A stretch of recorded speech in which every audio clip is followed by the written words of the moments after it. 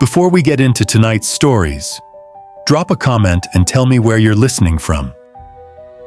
I write these from New Jersey, and every time I see how far they travel, it genuinely surprises me. Let me know you're out there. We booked the lake house in April. My wife, Jen, found it on Airbnb, a 3-bedroom cabin on a private lot about 20 minutes outside of Traverse City, Michigan. The photos were beautiful. Wraparound deck, stone fireplace, a dock that went straight out to the water. The listing had 40-something reviews, all 5 stars. The host's name was Dale. He responded to Jen's inquiry within 5 minutes, answered every question politely, and offered to leave a welcome basket for our daughter, Lily. She was 6. We arrived on a Friday afternoon in July. Dale had said he wouldn't be there. He lived about an hour south and managed the property remotely. The lockbox code worked.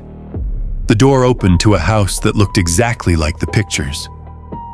The welcome basket was on the kitchen counter. Crackers, local jam, a bottle of wine, and a coloring book for Lily with a handwritten note that said, "Welcome to the lake," in careful block letters. Jen thought it was sweet. I did too at first. The first 2 days were perfect. We swam, grilled, took the kayak out. Lily loved the dock. The house was clean, well-stocked, quiet. The only thing I noticed, and I almost didn't, was the bedroom closet in the master. It was a walk-in, maybe 5 feet deep, with a rod and some empty hangers. But the back wall felt off. Not visually. It looked like painted drywall, same as everything else. But when I hung my jacket on the rod, my knuckle brushed the back wall, and it sounded hollow. Not drywall on studs hollow. Hollow like there was open space behind it. I didn't think much about it. Old houses have odd construction. Dead spaces between rooms, sealed-off closets, amateur additions. I forgot about it within the hour. On the 3rd night, I woke up around 2 in the morning. Jen was asleep. The house was silent except for the usual sounds, the fridge cycling, the lake lapping against the dock outside. But something had woken me, and I lay there trying to figure out what. Then I heard it. A faint exhale. Not from Jen. Not from the hallway where Lily's room was. From inside the wall. I sat up slowly and stared at the closet. The door was open. I always left it open because the latch was loose and it would swing on its own if you didn't push it all the way. I listened for maybe 30 seconds. Nothing. The house settling. Sound carrying strangely off the lake. I told myself this, and I believed it enough to lie back down. The next morning, I was in the kitchen making coffee when I noticed the welcome basket had been rearranged. The wine was in the same spot, but the crackers had moved to the other side of the basket, and the coloring book was gone. Jen said Lily must have taken it. I asked Lily. She said she hadn't. She said she didn't like the coloring book because the drawings were weird. I picked up the basket and looked underneath it. There was a cracker crumb trail, very faint, that led from the counter toward the hallway.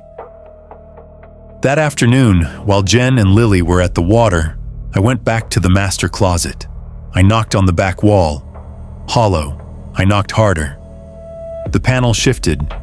Not a lot, maybe a 1/4 inch, but enough to confirm it wasn't attached to framing. I pressed on the left side, and it gave slightly. I pressed on the right, and the whole panel swung inward on a hinge I hadn't seen because it was painted over. Behind the wall was a space about 4 feet wide and 8 feet long. It ran parallel to the bedroom. There was a sleeping bag on the floor, a plastic bin with water bottles and granola bars, a phone charger plugged into an outlet I didn't know existed, and a small battery-powered fan. The space smelled like a person. Not dirty exactly, just lived in. Warm skin and stale air. On the floor next to the sleeping bag was Lily's coloring book. I stood there for a long time. My hands were shaking. I could hear Lily laughing outside on the dock. I took a photo of the space with my phone, closed the panel, walked to the kitchen, and told Jen we needed to leave. She started to argue. We had 2 more days booked, and I showed her the photo. She didn't say a word. She picked up Lily, put her in the car, and we were on the road in 11 minutes. I timed it without meaning to. I called the police from the car. They met us at a gas station and took my statement. 2 officers went to the house. What they told me later was that the concealed space showed signs of extended habitation, not days, but weeks.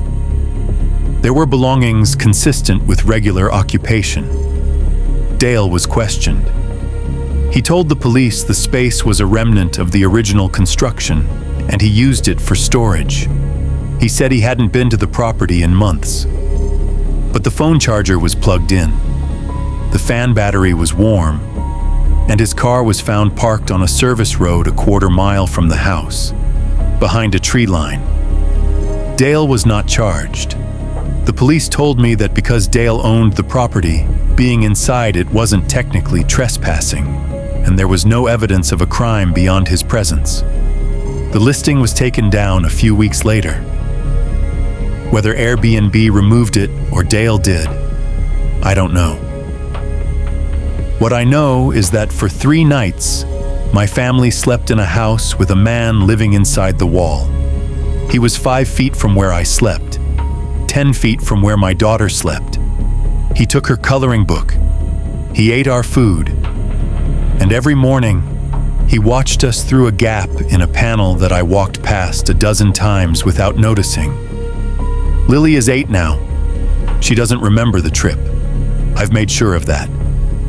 But I remember the coloring book, and I remember what she said about the drawings being weird. I went back and looked at the photos I took of the space. In one of them, near the bottom of the frame, you can see the coloring book open to a page Lily never touched. Someone had filled in one of the drawings. It was a picture of a house with a family standing outside. The family was colored in carefully. Every window of the house was colored black.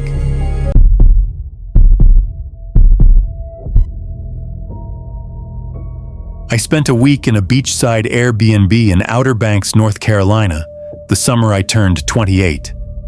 It was a solo trip. I just finished a brutal stretch at work, and I needed to not talk to anyone for a few days. The listing was a 2nd-floor apartment above a surf shop on a quiet stretch of road near the beach. 1 bedroom, a small kitchen, and a balcony that faced the ocean. The host's name was Ken. He lived somewhere else. The listing said he managed several properties in the area. I never met him in person. Check-in was a smart lock with a code he texted me. The apartment was exactly what I needed. Clean, bright, minimal. There was a bowl of wrapped candies on the kitchen counter and a laminated card with the Wi-Fi password, checkout instructions, and a note that said, "Enjoy the salt air." I unpacked, walked to the beach, and didn't think about anything for the rest of the day.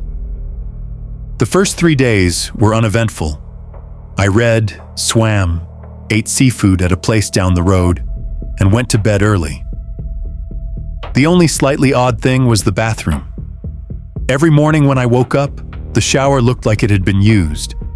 Not dramatically, no puddles, no wet towels, but the glass door had condensation on the inside, and the shower head was angled differently than I'd left it. I assumed it was humidity. The apartment was near the ocean. Everything was damp. On the 4th morning, I noticed something else. My shampoo bottle, which I kept on the left side of the shower shelf, was on the right.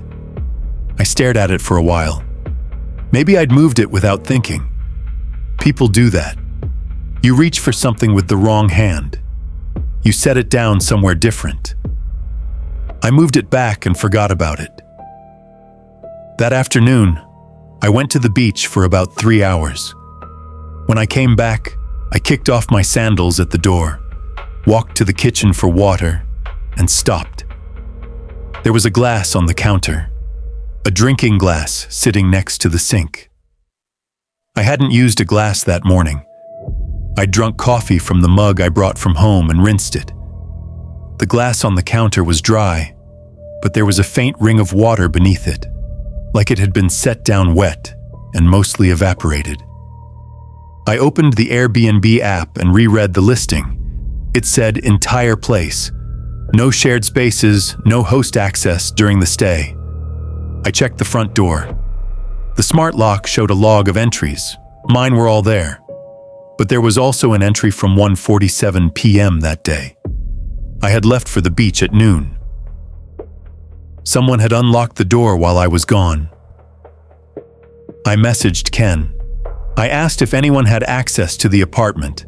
He responded within a few minutes and said no, nobody had been there. He said the smart lock sometimes logged phantom entries due to Wi-Fi glitches.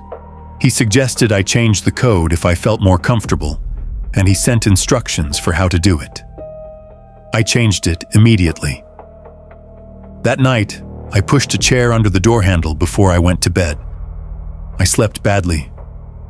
Every sound from the building, the surf shop sign creaking, the ice machine down the hall, the wind, put me on alert. But nothing happened. The shower was dry in the morning. Nothing had moved. The next afternoon, I went out again. This time, I did something I'd seen in a movie. I placed a small piece of tape across the bottom of the front door and the frame, low enough that you wouldn't notice it unless you were looking. If the door opened while I was gone, the tape would break. I came back 2 hours later. The tape was broken. I stood in the hallway for a full minute. Then I pushed the door open slowly and looked inside. Everything looked normal. Nothing obviously moved. But the kitchen faucet was wet, and there was a damp hand towel folded on the counter that I hadn't used. I called Ken. No answer. I called again. No answer. I texted him. I said someone was entering the apartment while I was out, and I wanted to know who had a key. He didn't respond for 3 hours. When he finally did, he said he'd had a cleaning service stop by to restock supplies, but forgot to mention it. He apologized. I wanted to believe that. I almost did. But nothing had been restocked. The candy bowl was the same. The paper towels were the same roll. The trash bags hadn't been replaced. I left the next morning, a day early. I packed everything, did a final sweep of the apartment, and before I walked out, I checked one more thing. The bedroom closet had a small access panel in the ceiling, the kind that leads to an attic crawl space or utility area. I hadn't opened it the entire stay.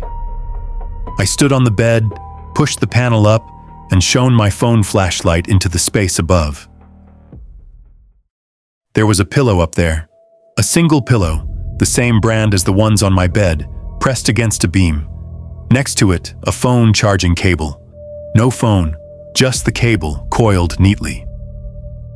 I took a photo, left, and reported it to Airbnb from my car. The listing was removed about 2 weeks later. I don't know if Ken was investigated. I don't know whose pillow that was, or how long it had been there, or whether it was there before I arrived. What I do know is that for 4 days, I was alone in an apartment that someone else treated like home. They used my shower. They drank from the glasses. They entered and left without sound, without hurry, like it was routine. And every night, there was a ceiling panel 2 feet above my head that I never once thought to look at. My girlfriend Mara booked us an Airbnb in Asheville for a long weekend in August. We'd been dating about 7 months. The place was a renovated cottage near downtown. One of those listings with professional photos, a curated bookshelf, and a handwritten note about the best local coffee shop. The host, a guy named Owen, had over 200 reviews, all 5 stars. The comments were almost unsettlingly consistent. Owen was the perfect host. Owen anticipated everything we needed. Owen made our trip unforgettable. Owen greeted us when we arrived. He was in his early 30s, friendly, well-dressed. He walked us through the cottage, showed us where the extra towels were, how the thermostat worked, which drawer had the bottle opener. Normal stuff. But he lingered, not in an aggressive way. More like he was studying us. He asked where we were from, what we did for work, what kind of food we liked. He recommended a barbecue place and a brewery, both of which he said were perfect for you two. I didn't know what that meant. We'd exchanged maybe 6 messages before arriving. He didn't know us. The first 2 days were great. The cottage was beautiful. The barbecue place was excellent. The brewery was exactly the kind of spot Mara and I would have found on our own. On the second night, we were sitting on the front porch when Owen walked by. He said he lived 2 streets over and was just passing through. He asked if we'd tried the barbecue place. We said yes. He smiled and said, "I knew you'd love it." Then he asked what we were doing the next day. Mara told him we were thinking about a hike. He recommended a specific trail and said it had the kind of view Mara would appreciate. He used her name. She hadn't introduced herself during the walkthrough. He'd gotten it from the booking. It's not unusual for a host to know your name, but the way he said it felt like he'd been thinking about it, like he'd practiced the sentence. The next day, we hiked the trail he recommended. It was beautiful. When we got back to the cottage, there was a small paper bag on the front porch. Inside was a jar of local honey and a note from Owen that said, "For after the hike, honey and hot water helps with the altitude." We were at maybe 2,000 feet. There was no altitude issue, but the gesture itself was the thing that started to feel wrong. Not because it was hostile, because it was too precise. He knew we'd gone on the hike. He knew when we'd get back. He left the bag while we were gone. That night, I was in the bathroom and noticed the mirror had a slight gap between the glass and the wall on one side. I didn't think anything of it at first, but I leaned closer and saw that behind the gap, there was a small hole in the wall, maybe the size of a pencil eraser. I couldn't see anything through it. It was dark on the other side. But the hole was clean and deliberate. Not a nail hole. Not damage. It had been drilled. I told Mara. She looked at it and said it was probably from an old towel hook or a previous mirror mounting. I wanted to believe that. The cottage was renovated. Walls get drilled for all kinds of reasons. But I started looking more carefully at the rest of the cottage. In the bedroom, there was a smoke detector on the ceiling. It looked normal, but it was positioned facing the bed rather than the center of the room, which is where you'd typically install one for maximum coverage. I stood on a chair and looked at it closely. I couldn't see a lens, but the casing had a small seam that didn't match the other smoke detectors in the house. I didn't take it apart. I wish I had. Instead, I moved our clothes to the living room and told Mara I wanted to sleep on the pull-out couch because the bedroom was too warm. She gave me a look but didn't argue. On our last morning, Owen appeared again. He brought us coffee from the shop he'd recommended and said he hoped we'd leave a review. He looked at Mara when he said it. He told her she looked like she'd gotten some sun on the hike and that the trail's south-facing section always did that in the afternoon. She thanked him. I didn't say anything. We left that afternoon. Mara gave the listing 5 stars. She said Owen was attentive and generous, and the cottage was spotless. I didn't leave a review. A few weeks later, I was still thinking about the hole behind the mirror and the smoke detector. I went back to the listing and started reading the reviews more carefully. Not the text, the profiles. I clicked through the photos of the reviewers who had left the most enthusiastic comments. Most were couples. Most were around our age. And in several of the profile photos, the women looked like Mara. Not exactly like her, but the same type, same build, same hair color, same general appearance. I scrolled through about 40 reviews. At least a dozen of the glowing 5-star reviews were from couples where the woman fit the same general description. Brown hair, late 20s, slim. I showed Mara. She said I was reaching. She said people who use Airbnb in Asheville are a demographic, and demographics look alike. She was probably right. I don't know what Owen was doing. I don't know if the smoke detector was a camera or if the hole behind the mirror was structural. I don't know if he selected guests based on their profile photos, or if I'm projecting a pattern onto randomness. I never reported anything because I didn't have evidence of anything. Just feelings.